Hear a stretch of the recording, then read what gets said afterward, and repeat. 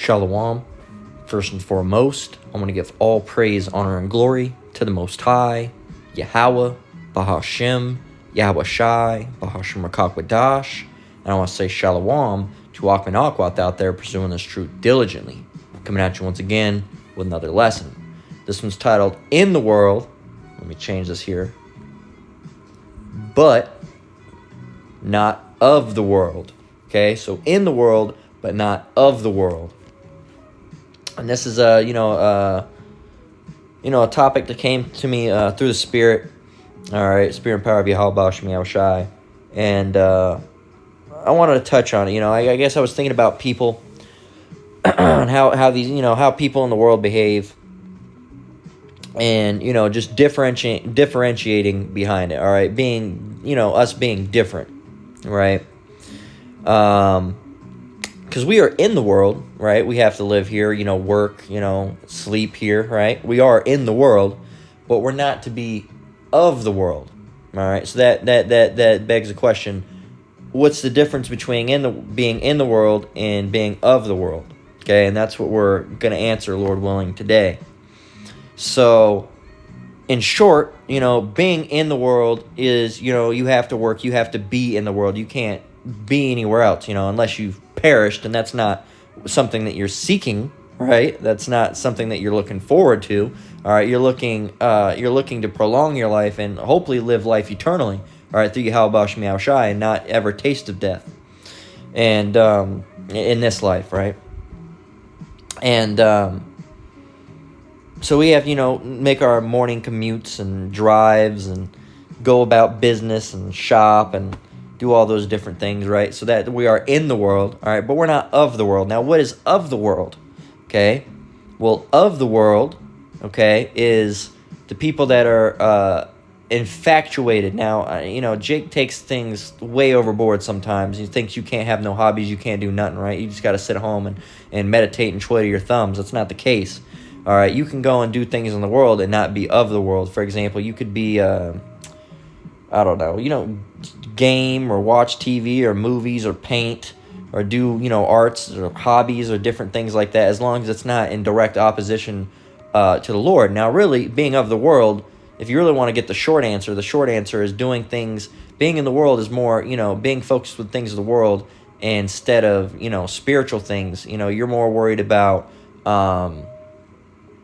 worldly things. You want to be, more so you want to be accepted by the world instead of, being accepted by the Lord. You want to do the things that the world says is acceptable. All right, you don't want to be seen as a bad guy. You don't want to be seen as weird. All right, you want to, blend in and fit in everywhere and, be just like these people, okay? Because these people are in the world, and be down with the same things that they're down with, all right? You want to be down with, you want to celebrate Christmas. You want to celebrate Valentine's Day. You want to celebrate your birthday, right? You think that you should be able to do whatever you want, and that, you shouldn't be, that you two men should be able to get together, right? That's the things that are of the world. You want worldly things, not spiritual things. You don't want to pay attention to the law of the Lord. You want to do what you want to do, all right? You want to be of the world. You want to be, and there's going to be a word in here, carnal, and that's what that's talking about, is carnality. You want to do what pleases your flesh, not what pleases the Lord, all right? And that inherently is being of the world and carnal as well, okay? You're doing things that are more pleasing to you than thinking about what pleases the Lord, right? So an example of that is, eating pork, is, you want to do it because you want to do it. Even though the Lord says don't do it, you want to do it because you like the way it tastes. You like the foods that it's in, right? And that's being of the world. You're of the world. You're not of the Lord, okay? You're of the world, okay? You're not none of the Lord. You're of the world, all right? The Lord doesn't want to have nothing to do with you when you're behaving like that. So let's go ahead and prove that. So let's go ahead and get 1 John 4:4 through 6. So this is 1 John 4:4, and it reads, Ye are of Yahweh, little children, and have overcome them, because greater is he that is in you than he that is in the world. All right, we got, there's a lot more better things, all right, that are in this truth than of the world, right? In verse 5, it says, They are of the world, therefore speak they of the world, and the world heareth them. We are of Yahweh, He that knoweth Yahweh heareth us. He that is not of Yahweh heareth not us. Hereby know we the spirit of truth and the spirit of error. So, as a matter of fact, we're going to go ahead and get that in the Good News Translation in just a minute, Lord willing. But, these people in the world, they talk about worldly things, and the people that are of the world, they're going to agree and think, oh, man, this guy is, a man of deep wisdom and understanding. But when, people like us that are of the Lord, all right, we're in this truth, all right, speak, they don't really like what we have to say. It's different than what they're used to. It's not comfy, it's not cozy. It's a different take to what they're used to, because they're used to wickedness, right? So when we say things about, oh, you shouldn't be doing that, you shouldn't be doing that, right? They don't like it. It's not comfy, it's not cozy. It hurts them, it cuts them, it makes them feel some type of way. All right, some type of way. Old ass song. But they get hurt through their shirt, butt hurt. They want to cry about it. Especially when we're talking about the whole Mo situation, not being a Mo, or especially with Jake, their simplicity, talking about that you can't have crab and lobster. They'll flip out, man, over a fucking sea spider. Oh, I can't have no crab. No, you can't, And I don't know. I'm a little bit biased because I didn't even like that shit in the world, so it wasn't really hard for me not to have none of that, right? Now, pepperoni pizza was one thing that I liked. I can still have pepperoni pizza. Guess what? With turkey pepperoni. That's all you need to have. There's turkey. You're allowed to eat turkey. And after a while, you say, well, they don't taste the same. Shut the fuck up. After a while, you won't even know the difference, man. I don't even remember what pepperoni, I do remember what pepperoni tastes like. I remember it used to give me heartburn almost damn near instantly. So there's something, turkey pepperoni, it can give you heartburn sometimes, but it's just as good. Now, turkey bacon ain't just as good as regular bacon, but it's damn near indistinguishable is beef bacon, okay? Beef bacon. So there's opportunities, man, if you want to do better. It's just you don't want to do better. That's the thing. You're too busy being in the world. You don't care, but you're worldly. You're carnal. You don't care what the Lord wants. You care what you want, okay? You don't care if you upset the Lord. You care if you upset yourself, if it's something that you don't feel right about, right? And that's how we are in this truth. We think about things, and hell, just the other day I was thinking about something. I was like, am I walking right? Am I behaving circumspectly? And I had to meditate on through the Spirit, and ask the Lord for answers and stuff like that. And so there, we do that from time to time. Constantly actually. Thinking about am I doing right? Am I on good terms with the Lord? I hope I'm on good terms with the Lord. I hope I'm not an enemy to the Lord. I hope I'm Lord willing, I'm a part of the elect. I hope I'm not, displeasing the Lord in any type of way. And if I am, I hope He has mercy on me and forgives me and directs me in the right path so I can do better. Or, constantly being, our own worst critics and being like, man, I could do better. I could do this better. What can I do to be better? How can I take better notes? How can I listen better? How can I pray better, right? But these people aren't worried about those things. They're worried about what for them, not for the Lord. What can I do for the Lord? How can I behave better for the Lord? What can I, how can I do this for the Lord better? They're worried about what can I do for me? How can I do this for me? Me. All right, and that doesn't mean, and I always got to say it because Jake goes overboard. Trust me, I'm a Jake, so I know because some of these things I'll try to, I'll overthink about first, and then I'll be like, I'll correct them myself. I'm like, well, that, because you have demons that put thoughts in your head. So I've had those thoughts, and you got to correct, certain things, people say, oh, you can't do this. Well, what the fuck can I do then? You can do plenty of things, man. You can draw. Nothing wicked about drawing unless you're drawing, like, gay art. Then, of course, that's wicked. You can draw. You can watch movies. You can read. You can, play games. All right, hell, board games. Go for a walk. Go for a run. Go for a bike ride. Hike. Take photographs. Make jewelry. All right, paint, and I already said art, but, paint, fix your car, fix cars, work on cars, there's plenty of things you can do, man. There's all sorts of things you can do. You just can't do it, wickedly. You can't be doing, if your idea of fun is, like I always like to say, if your idea, well, I can't have no fucking fun at all. Well, if your idea of fun is, getting with other men's wives and smoking weed, then no, I guess you can't have fun, all right? Then I guess you can go into the club all the time. No, I guess you can't have fun. Because, no, that's not really a thing you're supposed to be doing, in that spirit of mirth, clubbing all the time and being drunk in excess, You're not supposed to be drunk all the time. You can drink, okay, but you shouldn't be drinking every single day and just getting loaded, right? If you drink, I mean, if you have a beer a day, that's a little bit different if you're not getting drunk. But if you're getting constantly smashing, a 6-pack, smashing a 6-pack to go to bed every single day, that's a problem, man. That's verging. I'm not gonna even say that's verging on addiction. I'm gonna say that is addiction. That's pretty much an addiction. If you don't think it's an addiction, then go ahead and don't get one of those 6-packs that day, and go ahead and find out. You'll find out how much of an addiction it is. So I wanted to get this in the not the blue letter, but the Good News translation, and see what it has to say from verse 4. It says, verse 4, "But you belong to Yahweh, my children, and have defeated the false prophets, because the Spirit who is in you is more powerful than the Spirit in those who belong to the world. Those false prophets speak about matters of the world, and the world listens to them because they belong to the world." That's another thing of the false prophets. They like these reverends, these pastors, these bishops, and all that stuff. They like these people in the world and preachers because they're of the world, and these people, so they can speak to the people of the world, and they can understand. Right? Like it says in verse 5, those false prophets speak about matters of the world, and the world listens to them because they belong to the world. Okay?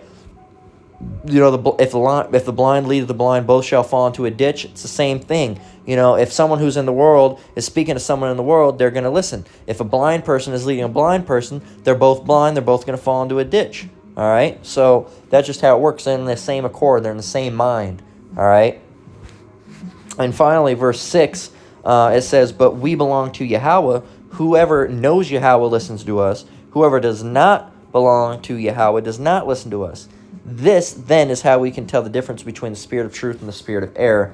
So, these devils, their little pastors and reverends that they put up for you, they don't really understand. That's why when we speak, all right, that, coming in the spirit and power of Yahweh Bashem Yahushai, they don't like what we have to say. They always try to constantly, refute what we have to say and say, "Oh, that's a fallacy. That's a fallacy." Vocab Malone's favorite word, fallacy, when everything he has to say is a fucking fallacy, right? He doesn't even know. Calling on Jesus. You don't even know that Jesus is a slave ship, all right? It's ridiculous. And Yahushai, all right, who you ignorantly call Jesus, is and was a Hebrew man, okay? Never changed. He's still Hebrew, was then as he is now, all right? And his name never changed like that. He didn't change it over to a Greek name. He was Hebrew. He was born Hebrew. He is Hebrew, was Hebrew, and still is. So he would have a Hebrew name, okay?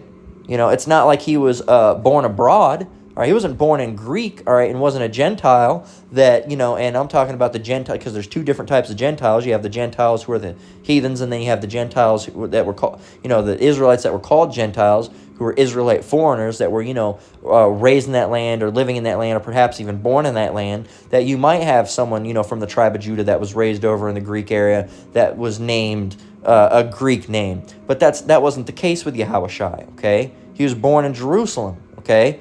Which, Jerusalem, right there, right? So he would have a Hebrew name, not any other type of name. He's not going to have a Greek name or a Latin name. He's going to have a Hebrew name, and he does, and it's Yahushai.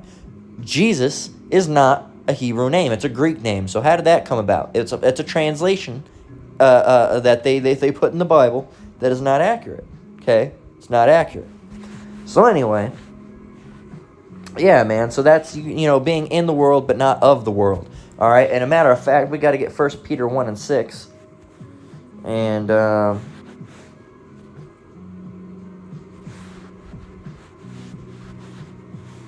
going to try to keep it in this aspect ratio, too, with the phone, because it looks better on the screen, and it also keeps my hand out of the way of the mic. Sometimes I get a little, you hear a lot of ruffling, like that when all my, when I'm holding it the other way, because it's, up against my shirt, my hand, or whatever. But there shouldn't be too much ruffling other than that example I just gave you. So slacky if you're wearing headphones. I'll have to hear how bad it sounds like that when it's in the video, Lord willing. So that's a little test for myself. So 1 Peter 1 and 6 says, they say it. 16.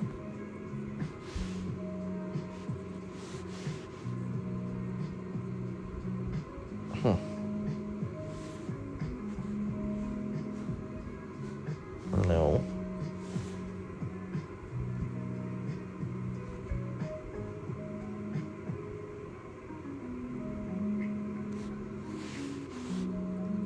There we go.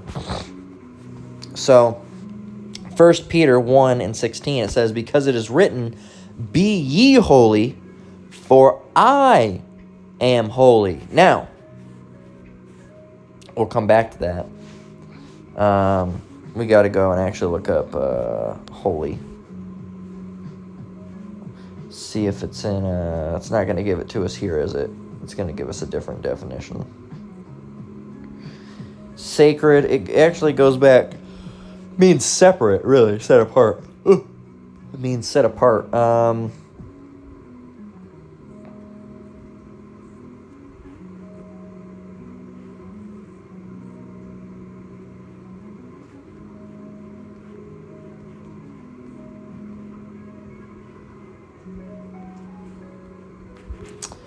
So really what we got to do is, hey Siri. Hey Siri. Hey Siri. I don't want to do a damn thing. Alright, well, let's see. Maybe it just doesn't want to open in that. Hey Siri. What the hell? Why isn't my Siri working? Anyway.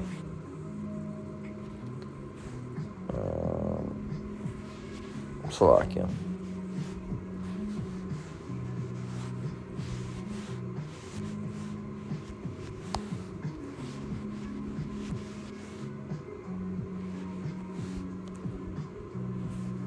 There, I did it again, didn't I? Okay.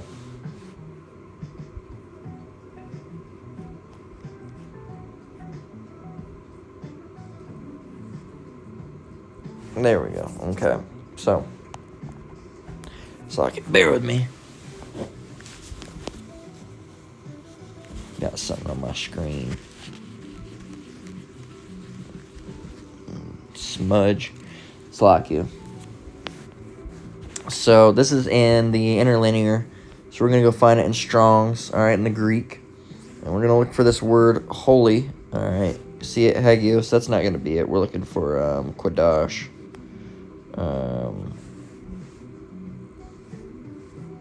But let's see. Yeah, no, 1 minute.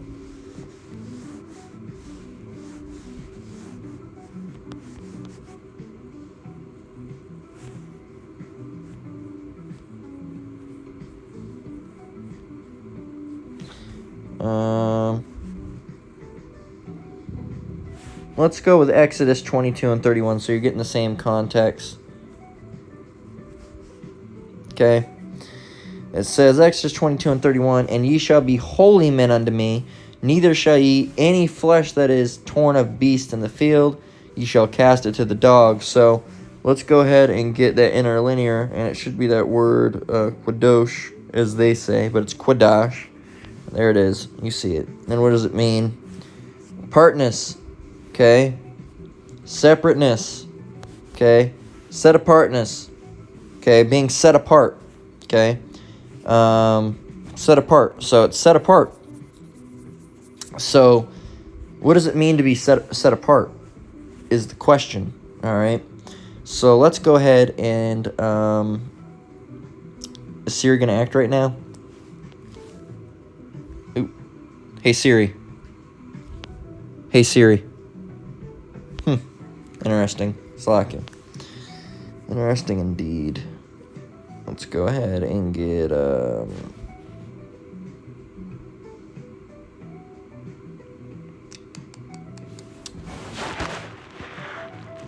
let's go ahead and get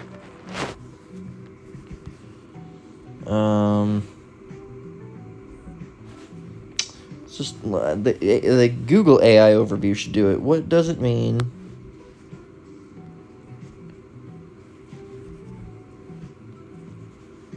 To actually keep on forgetting I can just use that feature. What does it mean to be set apart? Okay.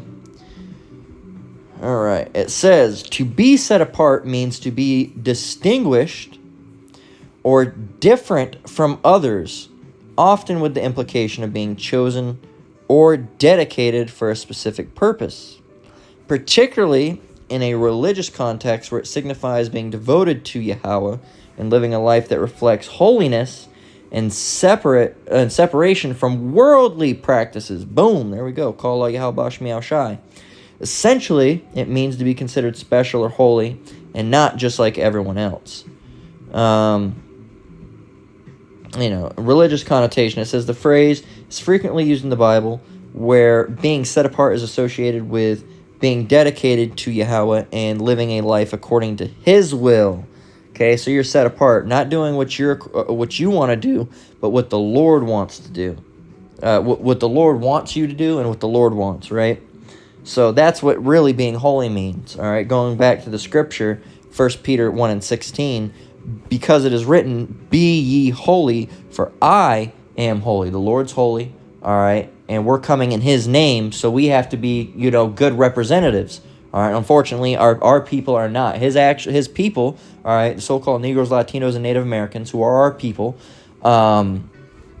unfortunately, we have a pretty bad image on us, right? Because of the way that we live and the way that we act. And it's due to not being holy, all right? We're not separate. We're not set apart, okay?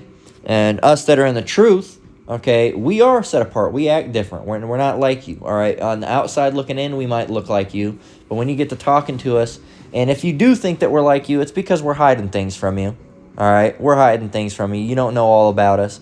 And, you got people at work that, you're a good guy. And in my head, I'm like, if you really knew who I was, you wouldn't think so, all right? If you really knew what I thought about Moes and thought about independent women, when I thought about these people in the world, you would not think that I'm a good person. Right? You would not think that I'm a good person. If you knew what I thought about Edomites, all right, and the other nations, you'd call me all sorts of names. Call me a racist and everything. You wouldn't think so, all right? If you really knew how I felt about these heathens, all right, these so-called, other people, you would think I'm a terrible person. So you don't really know. Not that I've ever told anybody that, but that's what I'm thinking in my head. They're like, oh, you're a good person. Not that I get told that I'm a good person, but if someone was to say that, or like, hey, you're a cool dude.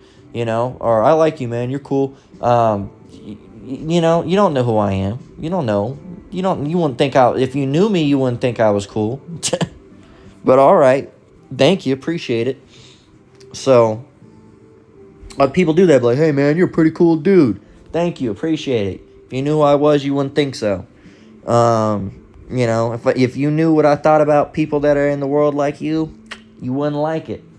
All right, you wouldn't think I'm cool. You'd think I'm an asshole, all right? And we do give off that vibe, all right, us in this truth. We do give, a lot of people get that how's the word? They come to that conclusion that we're assholes because to them we are, right? To them we are. A lot of people, you guys are assholes. You guys are rude. You hate everybody. We're not assholes. I mean, to your definition, of course, we're assholes because we don't do what you do.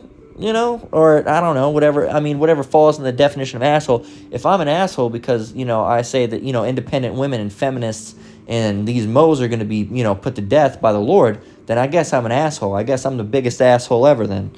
Because it's true. If believing in this truth makes me an asshole, then I guess I'm an asshole, right? And that's a lot of people, that gets thrown around a lot. A lot of people think we're asshole. You're rude. You're a dick. You're rude. You're mean. All right, you're not nice at all. Well, remember, nice means foolish. So you're right. We're not nice. We don't have to be nice. As Elder Manat Zatba from GMS says, GMS South Carolina, he always says, there's no scripture that says thou shalt be nice. All right, that's not in there. And nice means foolish. Okay, and we're trying not to be foolish. You're not nice. Thank you. Trying not to be. So let's get James 4:4.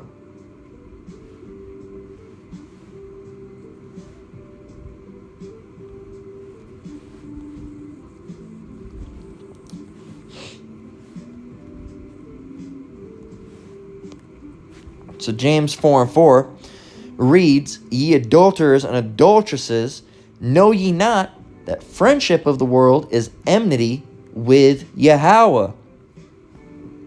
Whosoever therefore will be a friend of the world is the enemy of Yahweh. Now, you notice that word enmity sounds a little bit like enemy. Let's go and get this in the Good News Translation. It says, verse 4, unfaithful people, don't you know that the world's... Slakia. Unfaithful people, don't you know that to be the world's friend means to be Yahweh's enemy? People who want to be the world's friends make themselves Yahweh's enemies. So, make themselves Yahweh's enemies. So, and that doesn't mean, if you've associated with somebody in the world, you've talked to them or something, or that, you have, this guy plays video games, you play video games, all of a sudden you have something in common. That doesn't mean that, you're a friend of the world, okay? Being a friend of the world is when someone, you have a friend that's a Mo or something, and you start, basically justifying their behavior and saying, oh, well, I don't do it, but they do it, all right? But, the thing is, when you do that, really what they do is they usually end up condemning the just, because there's a scripture that goes, he that justifieth the wicked and condemneth the just, even they both are abomination to the Most High. I think is how it goes.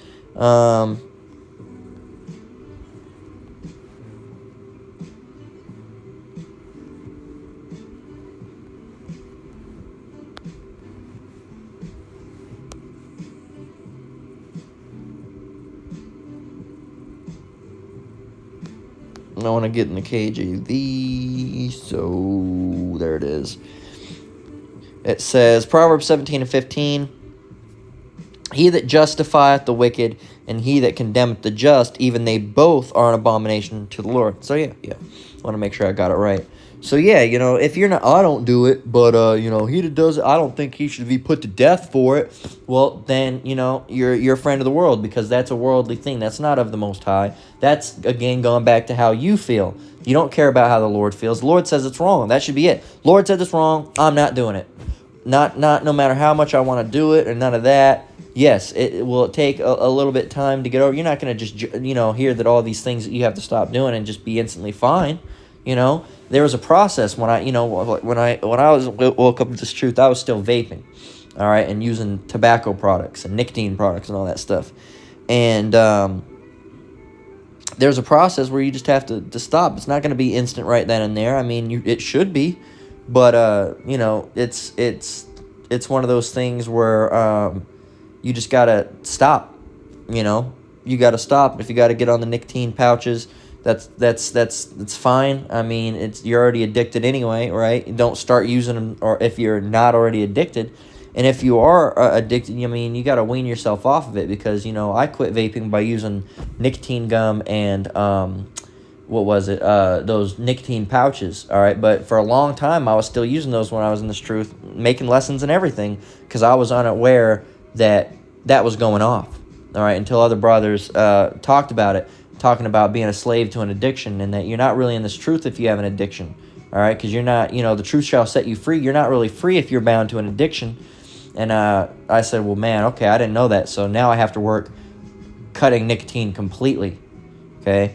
So if you can just cut it initially, that's what I would recommend. If you can do it, do it, all right? If you have to get on nicotine pouches to wean yourself off because you absolutely can't do it any other way, that's fine. But you got to work yourself off of that addiction, all right? Because having those nicotine pouches is better than smoking, because smoking is the absolute big no-no, all right? You can't do that at all. But, and you shouldn't be doing nicotine like that either. But it's using nicotine is, to quit is better than smoking. You'd be better off not smoking, all right, and just using the pouches or the patches, or the gum or whatever it is, so you can get off that smoking, because that smoking it's a lot harder to move from the smoking to the pouch than it is from the pouch to nothing. Okay, because that smoking, the vaping thing, because you're used to the throat kick and a lot of that stuff, but you gotta. But once you go from the pouches to cold, not really cold turkey, to just nothing at all, you're pretty much good, man. Of course, you got the prayer too, so just pray, Lord. It was pretty easy for me. I'm not gonna lie. I mean, that first week was kind of rough, but it was more so like I wasn't like super fiending super bad. I get headaches and stuff, and I was like, man, I could really go for one. But I mean, at the end of the day, it's an addiction, especially with nicotine, that feeling's never going to go away, man. All right, there's certain times where, like, my body forgets that, you know, I don't have those pouches anymore, and it's been well over a year that I've stopped, you know, and well over 2 years, really, well over 2 years almost now, I think. So, you know, yeah, man, and it's one of those things where you know, you get like, you know, like I was saying, I was trying to remember where I was at, but yeah, you know, there's times where I still, like, after a meal or something, like, I'll still get that craving. That's just a demon, man. The demons are gonna mess with you, but I'll forget, and I'll be like, oh yeah, I mean, I was like, what's this feeling? I'm like, oh, I'm craving nicotine. All right, it still happens. That never really goes away. All right, but it's just one of those things that you just have to pray about, and, you know, through the spirit and power of Yahweh Shai Shai, you know, these demons will get up off you. All right, just ignore it, and it'll go away. But that, you know, going back into worldliness, there's a lot of people that, you know, stay smoking or stay doing those things because, you know, carnality of the flesh, all right, and being of the world, that's what they want to do. They don't care about what the Lord wants, okay? They care about what they want. They want that nicotine. They want to do those things, right? So, finally, we're going to get Romans 8 and 6. Then we're going to go ahead and close out. Short little lesson today.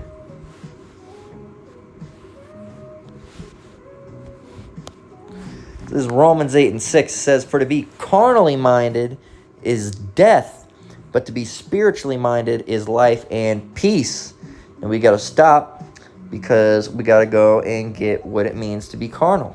Okay? Carnal.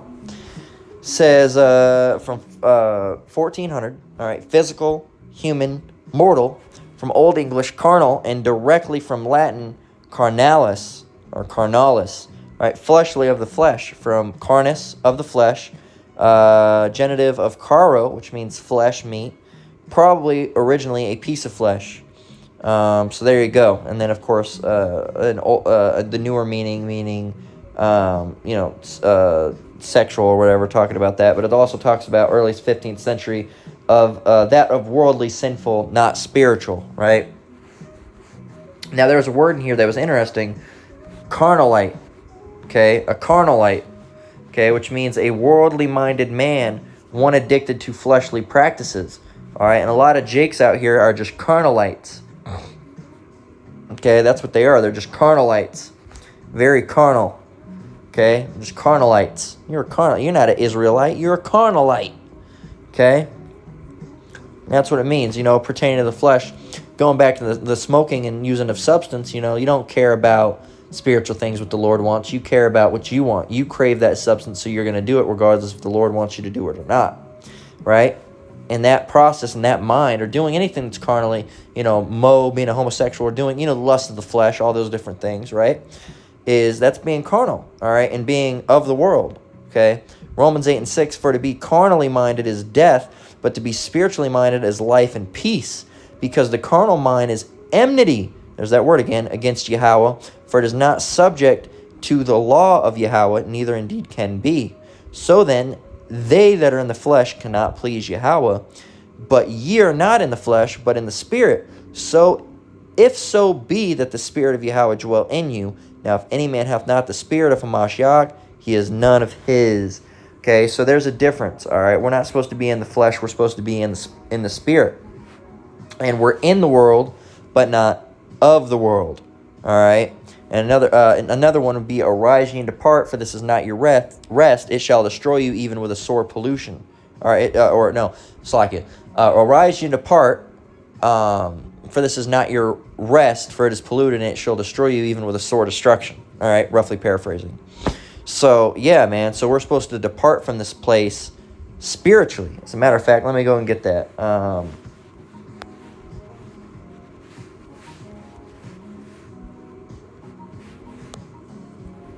Micah 2 and 10 says, "Arise ye and depart, for this is not your rest, because it is polluted, it shall destroy you, even with a sore destruction." Micah 2 and 10. I wanted to make sure to get the scripture out there in case, taking notes or, however you should, however you're doing it. So, yeah, man. We're in the world, right? We're here in our houses, in our beds, in our chairs, in our rooms, in our living rooms, in our kitchens, at our jobs, at the store, but we're not of the world. We're in the world, but we're not of the world. Okay? So that's the lesson. Lord willing was edifying. That's pretty much all I had to say. Lord willing was edifying. I'm going to go ahead and close out. Once again, I want to give all praise, honor, and glory to the Most High, Yahweh, Bahashem Yahweh Shai, Bahashem Rakakwadash. Shalom to you brothers and sisters out there. Keep enduring, keep the faith. We're almost out of here. Until next one, Lord willing. Shalom.